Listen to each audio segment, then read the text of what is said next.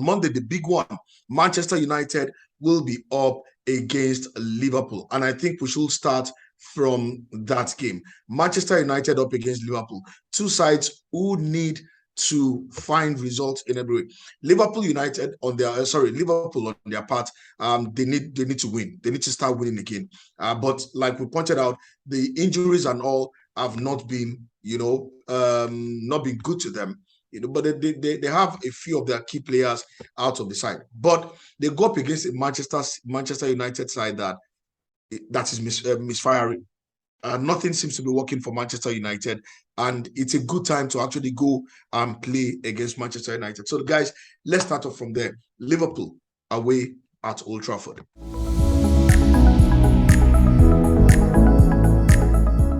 So I'm gonna shock you with my prediction, because I think everyone would think that it's a foregone conclusion, for Liverpool. But I believe that, and you're gonna hear this a lot, matchups, are very important. I think that Liverpool's style of play will suit Man United. So I'm actually going to go for a draw or a Man United win. And I'm actually leaning, towards a draw in that game. Because I feel like, the way that Liverpool plays and the way that United can play right now, with the players that they have, will be a good matchup. So I don't see Liverpool just going and bullying Man United at Old Trafford. I think this is going to be a draw. Wow. So I'm going to go for a 1-1 scoreline. Oh boy.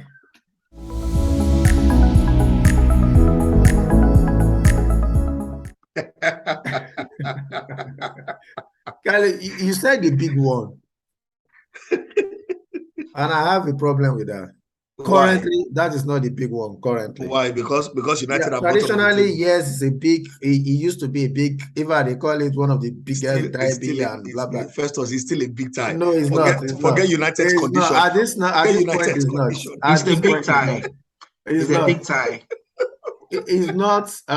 Because I'm not expecting a whole lot of exciting football, and I don't see the sparks, the fireworks, and in that match. So for me, that's not a big match. Predictions in this, this is like we all say, this is the best time to play Liverpool. Really, this is clearly the best time to play them with injuries out and stuff. I see a draw. So really, I see a draw. I don't see Liverpool beating Man U, and I want to believe there will be a bounce based on the awful results they've been having. I think they want to redeem something. I see this ending like a 2-2 draw.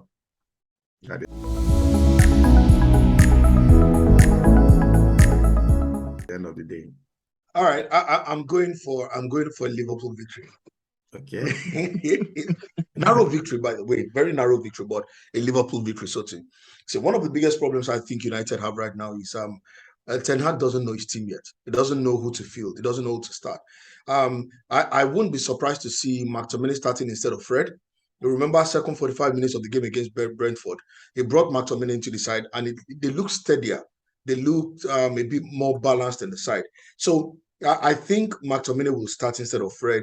There are talks that Maguire, he wants to drop Maguire, but a lot of the players don't totally agree with his style, and all of that. And that's why I think there's a problem. Because if the players are not on board with your style, with your tactics, it's going to be a big problem. And this is why a lot of managers have gotten sacked over the years, because players can't just buy into their plans, their project, their tactics. One of the things that is working for us, Arsenal, on the back of the all or nothing series, is you can see players who believe in their manager, they love their manager, and they trust what he's doing with them. They respect him. They respect him, and they want to listen to him. And then, he has a personal development trainer who sits down with different players at different times to explain what they are doing wrong, what they are doing right, how they want to develop, and also get feedback from them. So there is a trust that has been built in that team that is not in this United side. And that's why I think until they get to that point where they believe in the manager, they trust the manager, and they are totally sold to the project, we're going to still see them get this kind of results, and that's why I think Liverpool is going to win at Old Trafford on Monday. Our next game. What's the Newcastle prediction? United, I want to know the scoreline prediction. A Liverpool victory. A Liverpool, maybe 2-1, whatever, but it's going to be a Liverpool victory. Okay, 2-1. It's going to be a Liverpool victory, definitely.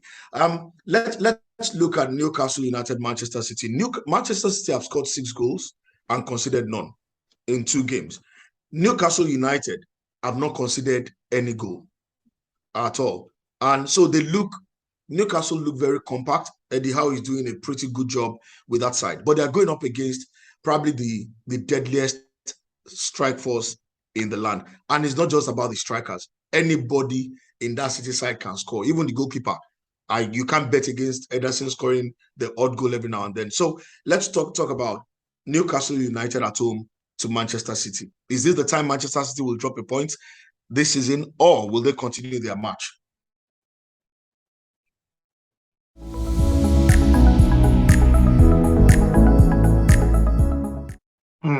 Very interesting. Are you both afraid of responding to that?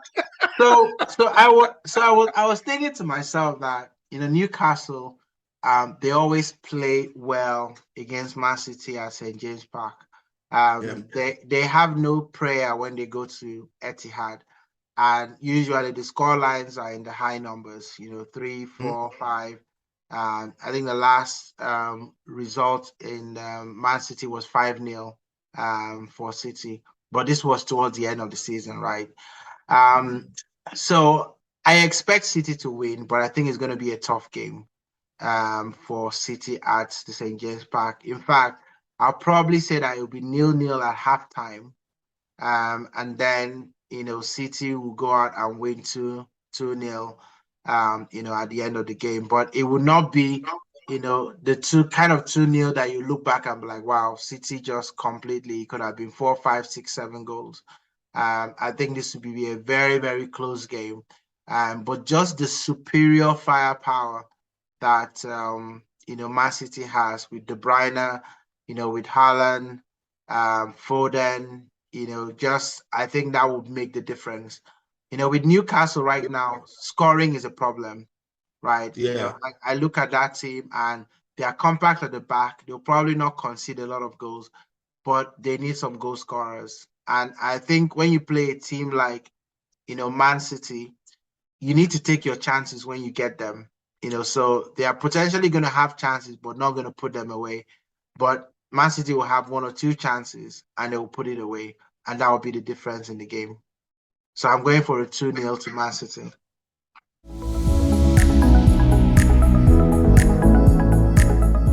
I think Man City will win that match. It's going to be a very highly contested match, but I don't see Newcastle stopping the superior firepower of Man City. At the end of the day, it's going to be a highly contested match. The likes of KDB, Haaland, and Foden, and even the guys from the back, even Ake has settled into that team now. The same Ake we thought would be shipped out. He is now commanding matches. And even from the bench, I just don't see Newcastle surviving that. So, but I don't see a total whitewash also. I don't see the 3-0s, the 4-0s, the 4-1. I think it's going to be tight. It's going to be highly contested. And I see that match ending a 2-1 victory for Man City also.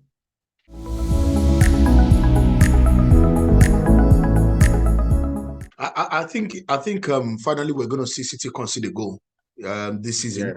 They're going to win, but they're going to concede a goal. So I see a victory for Manchester City, maybe 3-1 at the end of the day. But Manchester City will win this one and they will concede a goal.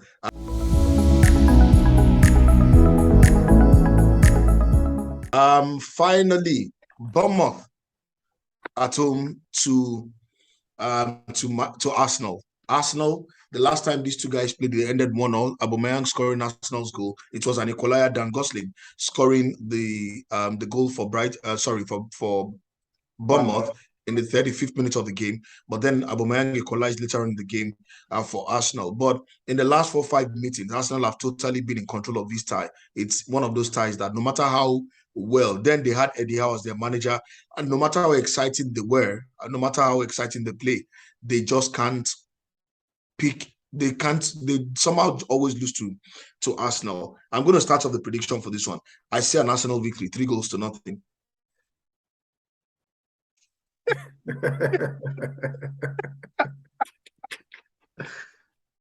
I like it. Oh my God.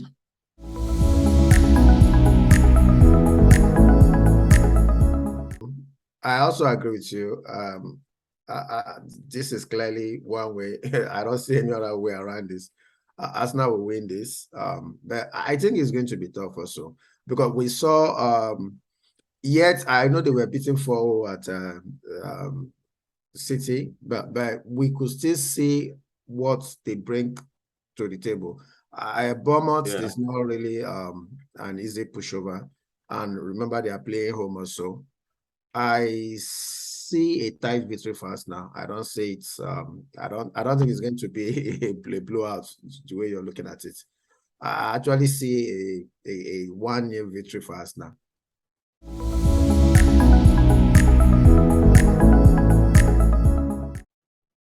Okay. I remember last week. Yes, 1. I remember last week when we're doing when we're talking about Bournemouth, and you were like, "Oh, you like Bournemouth," and we said, "Well, let's talk about them after this weekend when they play." But they actually did good. For the scoreline didn't really show what they did in that match, really. No, listen, Bournemouth played Aston Villa the first game of the season, so that for me, was not a reflection that they were going to do well, because I looked at the fixtures that were coming in, and they were going to play Manchester City next and play Arsenal. And with Cali, I expect at least a 3-goal, possibly even 4, in this game. I don't think they're a match, for Arsenal, where Arsenal is right now. And if Arsenal play the way that they've played, in the last 2 games, this could be a very high scoring game, so I'm going to just go for a 3-0, just because it's away from home. If we're playing at the Emirates, I would have gone for a 4 or 5 goal victory for Arsenal. That's how, confident I am about this game. If I look at, the Arsenal players, compare that to, what Bournemouth have, and actually compare the manager on the sidelines. You have Scott Parker, as the manager, and then you've got Arteta, who, I consider right now to be just above, Scott really? Parker. Yes. Wow. In way terms above, of, I said way just above Scott Parker. It's good to hear. It's good to hear Eddie. It's good to hear Eddie say something good about Arteta. Wow. I'll go and wash my mouth with soap now, because so, Man, but it's not easy coaching at this level, man. No, it's not. It's not easy. So I have to say that it'll be at least a 3-goal, minimum 3 goals. I wouldn't even expect Bournemouth to score a goal. That's how I'm looking at that game. They're probably one of my tips, to go down this season. Go down. Because Bournemouth? Bournemouth. Just because of the 4-0? No, not because of the 4-0. Much you look at the way they play. First of all, they're going to suffer. They're going to suffer, this season. And it would be a miracle to see them stay up. They'll probably fight that relegation till the last day of the season.